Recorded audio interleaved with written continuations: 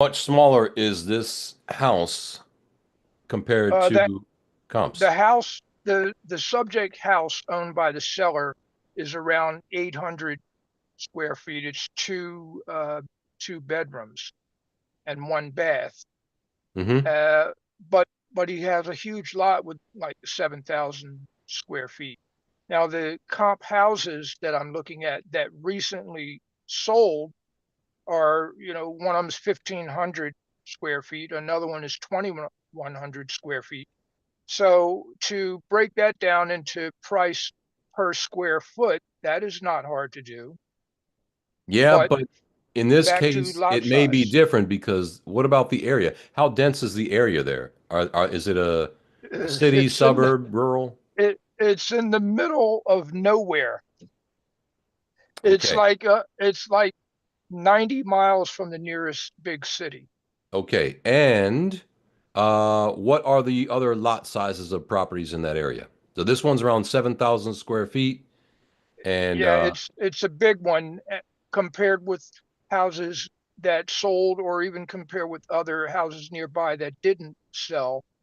He just has a huge lot, okay. and he wants me to pay for that. Well, I'm just trying to figure out my repairs within the house and then compare to house values.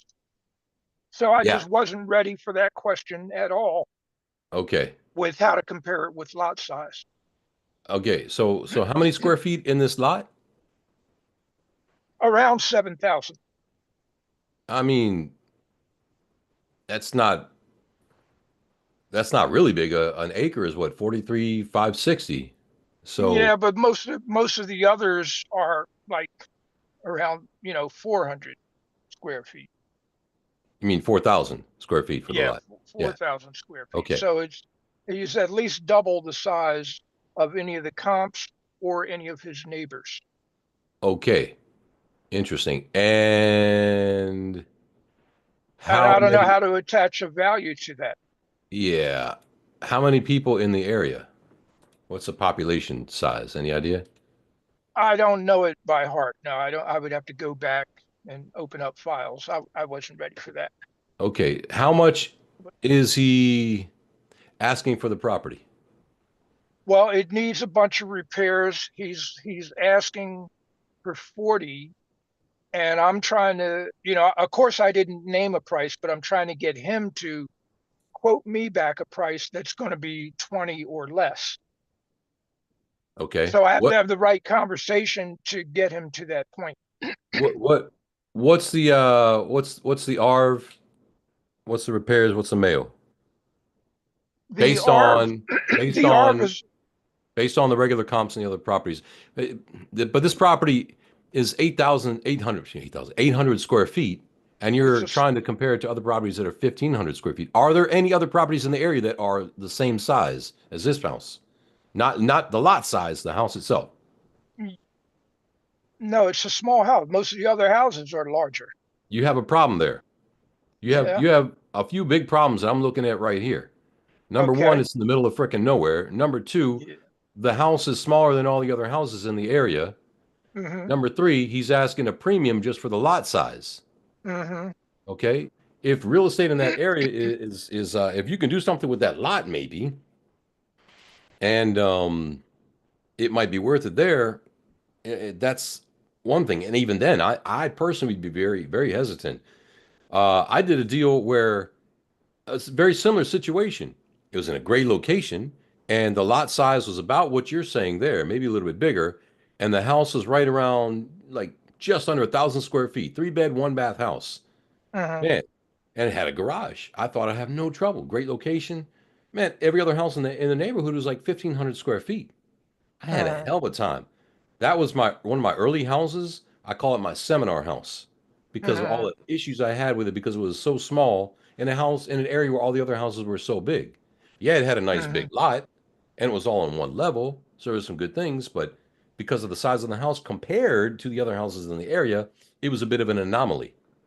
So Hmm. it put me at a disadvantage. So if listen, if you had buyers in that area, cash buyers, where you could be in and out of the deal, how far away are you from this house? It's probably far from you, isn't it? Yeah, I'm not driving over. Exactly. That's what I thought. Yeah. Um, so you have to negotiate hard in order to even think about doing this deal. So, and you're trying to approach it from a square foot aspect. That might be good. So you got to negotiate hard, get them to name a number, and let them know. Listen, this house is smaller than everything else out there. You're gonna have a hard time selling this house. I might be willing to take it off your hands, and I might be willing to work with you on that and buy it for a decent price because it needs a lot of work. But this has to be worth my while, or I'm gonna be out, and you're gonna be stuck with this property. Oops. Right. So if we were to pay you all cash and close quickly, what's the least you could take? Oh, Hmm. 40,000. 40,000 won't even that's not even going to get my attention, sir. I mean, Yep. we're looking at probably a number a lot less than that if we can work together on this. What's the least you could take for this property? Right. And don't be mean, just keep asking that question and Right. and Well, and put yourself in a position. I didn't have my hopes all up for this deal. It's just that I'm not usually at a loss to hurry up and give the seller a clear picture of how bleak his chances were. And this time I couldn't put it into a short phrase. And Okay. so this question, that's why I needed that answer. But I don't have all my hopes in this deal at all. Nor should you. Never put all your hopes in any one of anything, especially a deal. There should be Yep. plenty of deals out there. You should always have your pipeline full of things that you can work. And you Yep. always want to negotiate, put yourself in a position where you cannot lose. We can only do Right. business in a way that's going to make sense for us to do business. Don't And don't ever get and desperate on deal, as you know.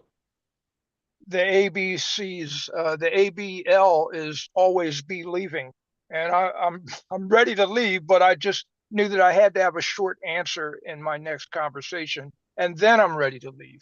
There you go. Did I help you out with this? You helped a great deal. I'm Appreciate Ed. it. My pleasure. Thank you for All coming on right. and asking that question, Derek. Where are you located, by the way? I'm in Philly, but I'll look anywhere. I look all over. Nice. That's Philly, Philly is not great for wholesaling, but I guess it can be great for double close. yeah. You know, Laws they're there have just changed recently, haven't they, in the past few years? yeah, yeah, they're trying to make it harder, but in a way that's good for us because it makes it harder for everybody else who's not on Planet Ron. We Yeah. know all the options. Okay. Sorry, I'm with you, but I gotta let my wife know to take the salmon out of the oven. Okay, that sounds important. I did set the timer on the oven. A little fancy, but hopefully it worked. Otherwise, last thing we want is burned salmon, right? We can't have that. No, we don't want that. We want it just right. Yes. And my salmon All is right, slamming. Tony. Yes, sir. I will until next time. I'm sorry you live in Philly, Derek. I used to live there myself. No, you don't have to feel sorry because all it means is that I will be doing more and more virtual deals. That's all That's that the way to means. go, man. Very Yep. good. Very good. And congratulations to your stinking Eagles.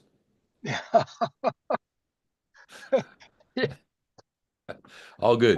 Go Eagles. Uh, anyway, yeah, I got a good team this year. We'll see what happens. But thanks for coming All on, Derek. right. Appreciate you, man. Yes, sir. See you next time. You got it, brother. Who's next? Who's next? Who's got a question?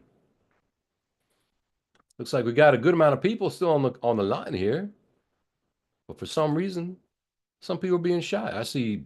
Oh man, I'm going down here. I see some familiar names. Bill Cabana. I saw Phil Hewitt. Let's see. Which Sharon is that? Which Jerome is that? You leave only your first name. You're being mysterious. I see. Keith is there, looking rather professional with glasses and a tie on. Man, you didn't have to get dressed up for me here. What's going on? You look like Mike Johnson. All right, but who's got a question? Hey, Tony, if nobody else is going to pipe up, I'll entertain some questions for you for the sake of the group. All right, identify yourself so everyone can know who you are. This is John McKay. I spoke to you a little earlier Yeah, okay. about the assignment agreement. Gotcha. Anyway, in going through all of this training, whatnot, trying to gear up and begin this real estate investment career, and I'm sure a lot of the others are in the same kind of boat, is the overwhelming of all the information that we have access to is so immense. It can be daunting, I guess, for a lot. Yes, And I absolutely. find it that yes, that is the case. But if you just take things in small amounts at a time, they're a little, for lack of a better phrase, easier to digest. Yep. And you really don't have to look at the dictionary size of the book and think I've got to learn all that. Got it. Just open it up and take a page, and then the next day take a page, and then you will soon find out things start to click, and then you start to gain a little more information.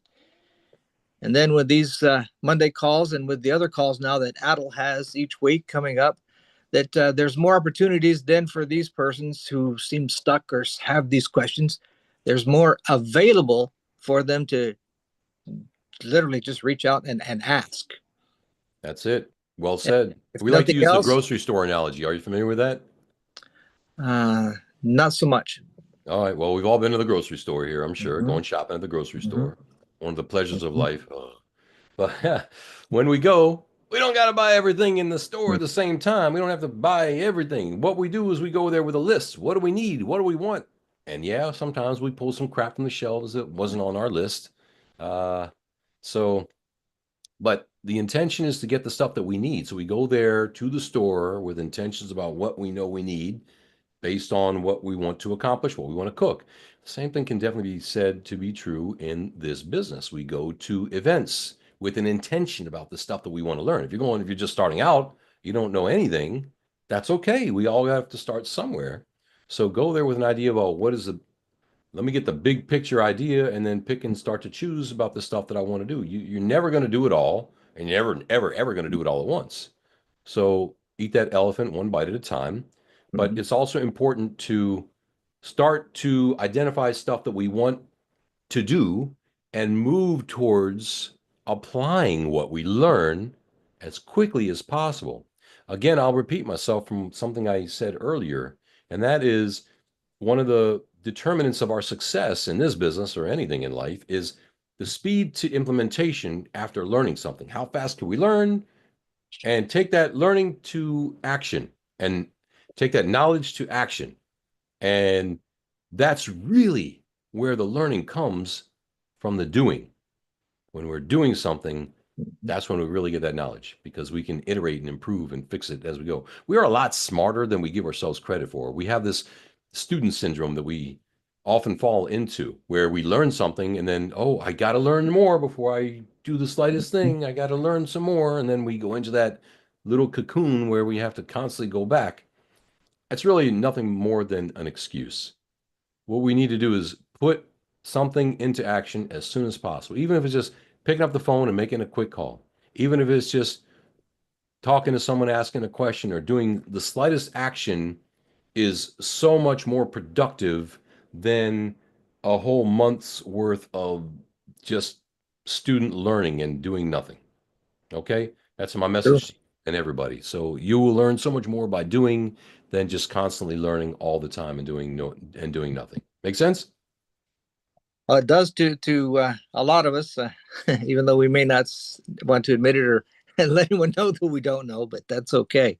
Yeah. You got to get over the fear part somehow. But Yes. Action cures fear. it's And something Leah, I'm just as guilty of this stuff. Anybody who's been through any of this stuff will admit it if they're honest. true. But let me ask, put out some more information for the group again. Is that if you're having difficulties speaking, if you've recorded yourself and gone through that process, if not, I suggest you truly, truly do because it is beneficial. And although there's recording apps and such out there you can download to do so, if you're not equipped to do that for whatever reason, you have a smartphone in your hand, you have the ability with that phone to take a video. As if you're taking a video of camera setting that you're park setting or something you're seeing, it'll record voice too. So you can use that. And as they suggest, take a video of yourself talking to a potential buyer, if you will, and 2 or 3 minutes time, whatever that does, let that go by, then click that off, Then go back, open it up, but now turn it on, listen to the recording, but turn it away from you so you're not seeing yourself, and just listen to how you speak. A big eye-opening thing that you can see where you're stumbling at without even having consciously known that before. And then once you've done that a couple of times, turn it back over, turn off the sound, and watch your video and see what your body language looks like as a person who you would be talking to is seeing you.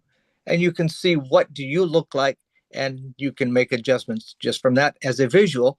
And these things can help you out so immensely. And they're free. Excellent But, suggestion, John. Hey, I- are you trying to do my job as a mentor here? What's going on? That's some great no, stuff.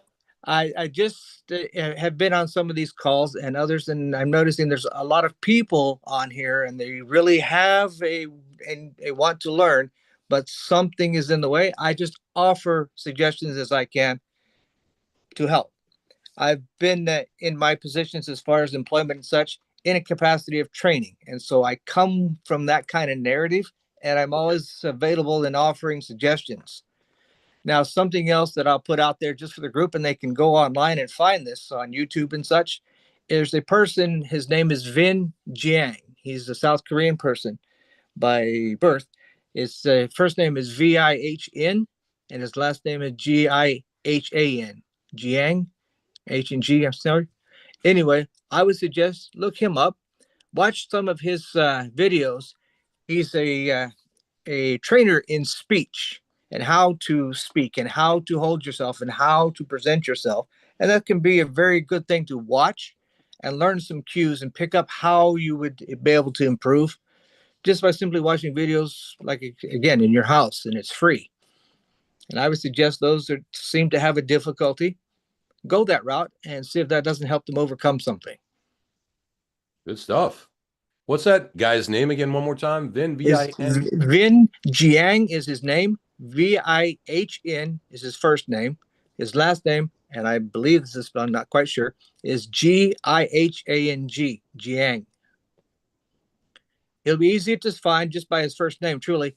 But he has a lot of videos on YouTube and TikTok, and you can watch different manners and different teaching, different training that he avails himself for, and they can really be eye-opening, and you can get some cues as to how you speak, how you present yourself, what do you do, and then you can see where you can make adjustments and corrections to improve.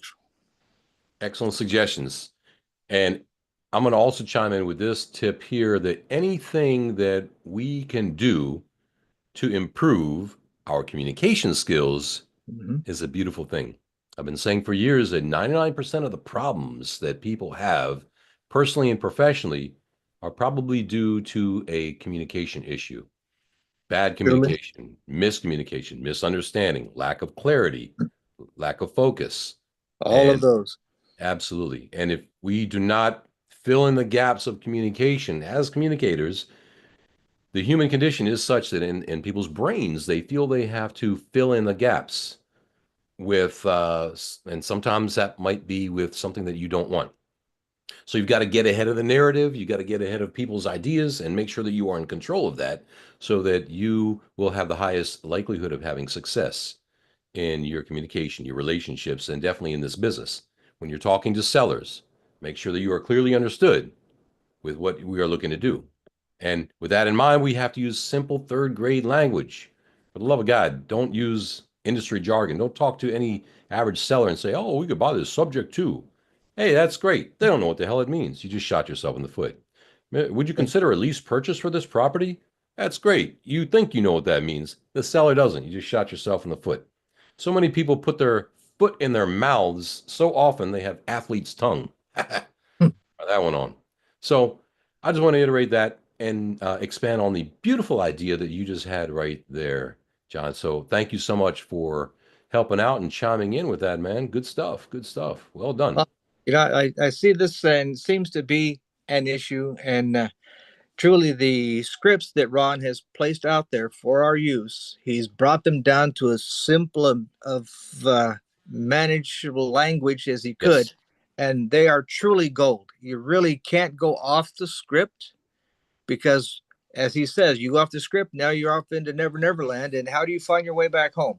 Well, it might be more difficult than you anticipated. But yes, the scripts designed as they are, use them as they are and practice with them.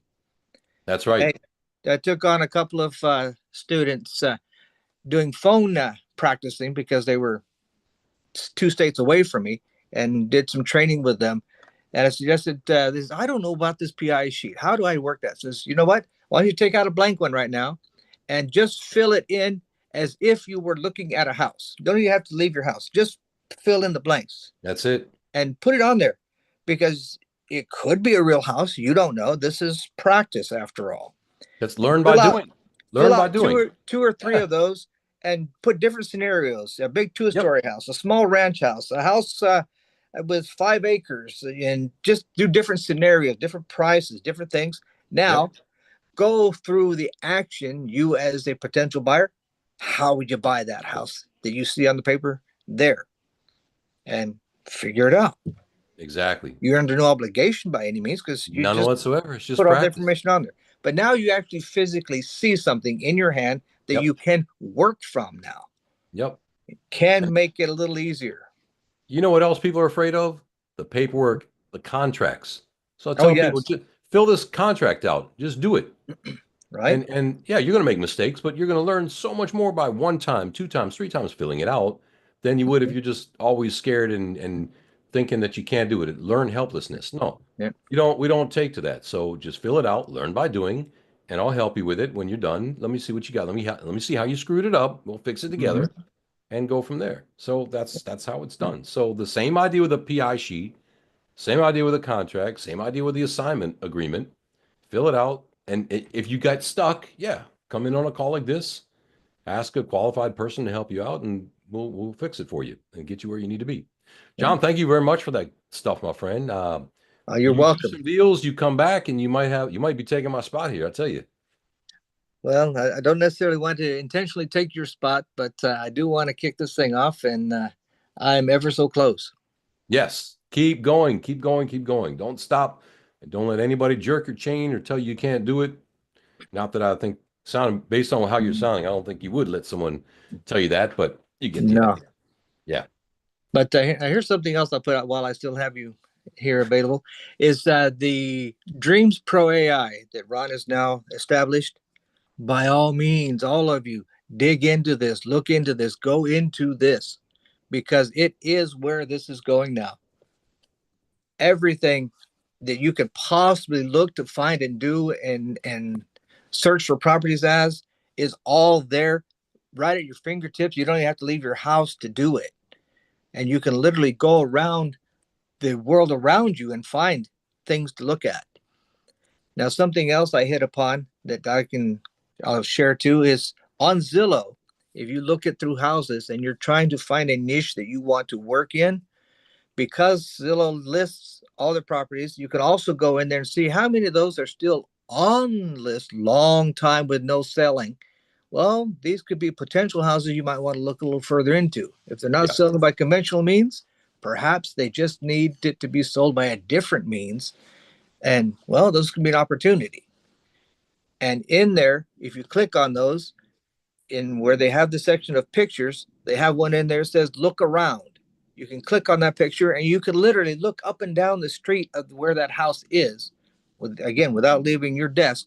And you can look at a neighborhood there and see what you see and see, well, would this house be potential worthwhile due to where the neighborhood is? What's the area around it look like? Street view. Yes. And you can do all of this from home, and you can get a list of potential properties types that you want to look at, areas of town that now you can start seeing where, say, the war zones are, where the lower priced kind of houses are, but they're still in good shape, where the higher end areas are, just from Zillow, pulling all that information out. Now you have something at your fingertips that you can work on. And now you can start in your mind, pick one of those houses, take out a blank PI sheet and fill it out as if you were doing a deal on that house, and then practice it and see what you would come up with. And then, as you say, you can take that, come on a next Monday call or one of Adol's calls here coming up, and go over the scenario and see, now, are you doing it right? Is it clicking in your mind? Did you go through the correct steps? And then where not, you can get those adjustments. Now you're in a better position. In my opinion, I believe this is what a lot might want to try to do to help them overcome that proverbial hurdle. Good So, advice. Good yeah, advice. that's my 2 cents. All right. Well, thank you for over delivering on that. Appreciate it, John. And Mhm. we got to wrap this up here in a minute. But before we do, is there anyone else who has a last second question? If we can take a quick one. I have I have something. Oh, go ahead. Sure. Who's that? That's Keith. What's your name? Keith. Pete. You can call me Pete. Pete. Okay. Pete. Yeah, I'm right there in the corner. Well, yeah. I made my first call to a seller today, and I was just too nervous to actually talk to her. But every time someone calls me and I answer the phone, they always ask me if my mom and dad's home. Yeah. So it's like, so that's a kind of a challenge I have because I have a high pitched voice. Yeah. Um, I remember you, Keith. you remember me? Yeah, man, of course. Yeah, I think one of the boot camps, virtual boot camp. Yeah, Yes. yeah. I have a mentor now, Good. and Who's her taking name care of is you? Barbara. Awesome. Yeah, You're in my good hands. favorite. um, so I'm trying to overcome the getting on the phone because I don't have the money for the VAs right now. Okay. But still, I still have to talk to them. So I have to figure out how I can talk to them without sounding like a young person. So, Right. Well, um, you have a couple options here based on what I know and what I'm hearing. Obviously, if you could wave a magic wand and have a nice, deep, resonating bass voice like myself, you'd be in good shape. Or you can work on developing your voice if that is at all possible. I don't know what physical limitations you specifically have. If you ever try to do something like that, it's about breathing and working on the tonality there. If that's possible, maybe you can bring it down a little bit and that might help you. Or you could just lean into it and every person that you talk to, listen, you say, listen, I know I sound like I'm 9 years old. I'm a grown man. I have a certain condition which causes me to have a high pitched voice like this. So get that out of the way and they'll understand and be sympathetic and understanding and want to talk to you and be in a much better position. Does that help a little bit? yeah. Do I sound 9? People always ask me that. People always tell me to ask my age. Okay. And I said, well, then I'd just be acting. I've always tell them. But yeah, I mean, having a high pitched voice is kind of hard when you're a man. I'm only 4'9", so that's another. I don't think I can. I try to deepen my voice, but I don't think I can do it. Um, I would ruin my voice if I actually do that in the process. So I think I just keep it like it is. Sure. Sure. But just I think if I find someone who really needs to sell their house, I don't think my voice is going to make a difference anyways. No, just be honest with people. Let them know what's going on. And when you're talking to the right person, it really won't matter as long as you're competent, know what you're doing, and can make that connection with them. You'll be fine. I understand it's a bit of a limitation because of your higher pitch voice, and you may sound it may be harder for you to get that person's attention. But listen, use a sense of humor, be honest with people, and just let them know what's going on, and then move past it as quickly as you can. Okay. Yeah, yeah.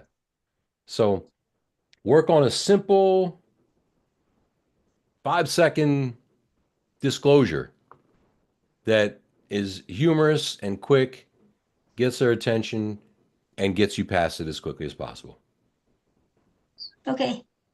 All right. I Yeah, think that's all that would, if I was in your shoes, brother, that's what I would do. Yeah. Thank you. Yeah. I hope that helps. I know it will. I know it will help. So, and I'm sure that I already know you're a smart guy. You're extremely well dressed. So I know you'll be fine.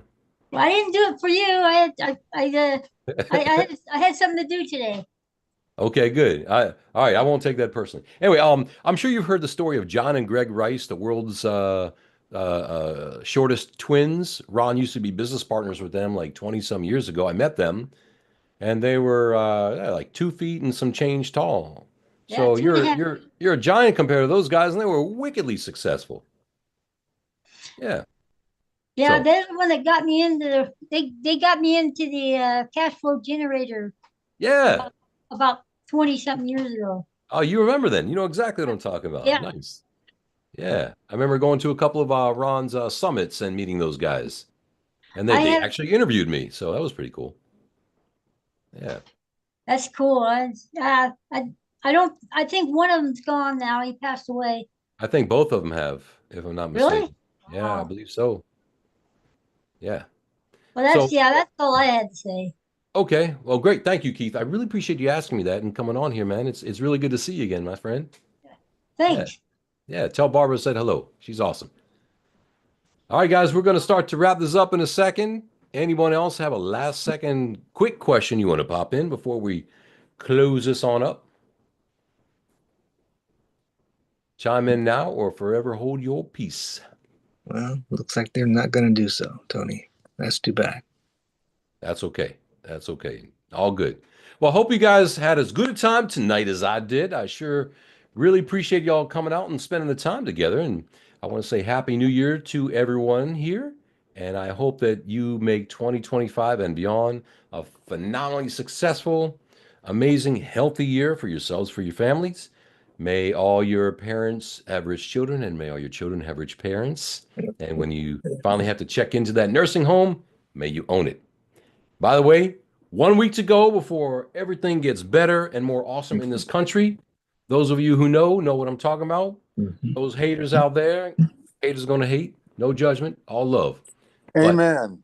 I think we're up for some really amazing times ahead when we finally have some competency come back to where it's needed. One Mhm. more Amen. week, brother. Yes, True. sir. Yes, sir. I think I'm preaching to the choir. I like this crowd. I like this crowd. Yes. Awesome. Also, I probably shouldn't say this, but I'm going to say it anyway. Whatever you can do to get involved in crypto, get yourself some Bitcoin. Um, take a look at it if you haven't already, because if you don't anytime soon, you're going to be missing out. The train's getting ready to leave the station.